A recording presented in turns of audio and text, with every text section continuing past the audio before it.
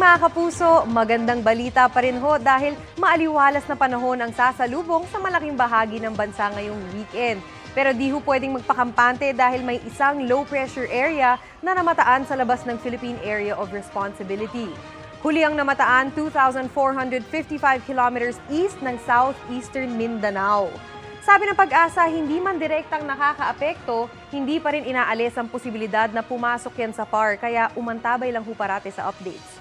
Sa ngayon, easterlies o yung mainit na hanging amihan o ang nakakaapekto ho, ang hanging easterlies ho yung mainit na hangin na nakakaapekto sa malaking bahagi ng bansa. Yan ho yung Southern Luzon, Visayas at Mindanao. Ganon din ho yung amihan na apektuhan na lang ho ay ang extreme Northern Luzon. Posibleng mainit naman ang panahon bukas sa ilang bahagi ng bansa. Maaring umabot ho yan sa 45 degrees Celsius ang heat index o damang init sa Catarman, Northern Samar.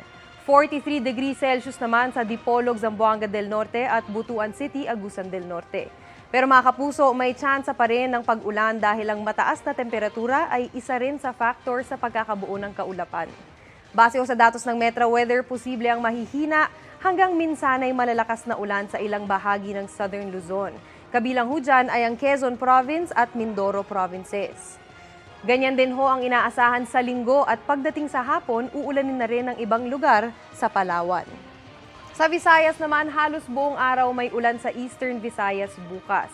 Sa linggo, posible naman ang mahihina hanggang katamtamang ulan sa ilang lugar sa Western at Eastern section ng Visayas. Sa Mindanao, sa hapon posible ang kalat-kalat na pag-ulan sa ilang lugar sa Sabado ho at sa linggo.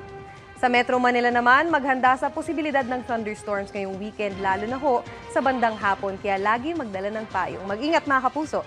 Yan lang ho muna ang latest sa lagay ng panahon. Ako po si Maureen Shrivers para sa GMA Integrated News Weather Center. Kami ang inyong maasahan, anuman ang panahon. Mga kapuso, maging updated sa ulat panahon 24 oras. Mag-subscribe sa GMA Integrated News sa YouTube.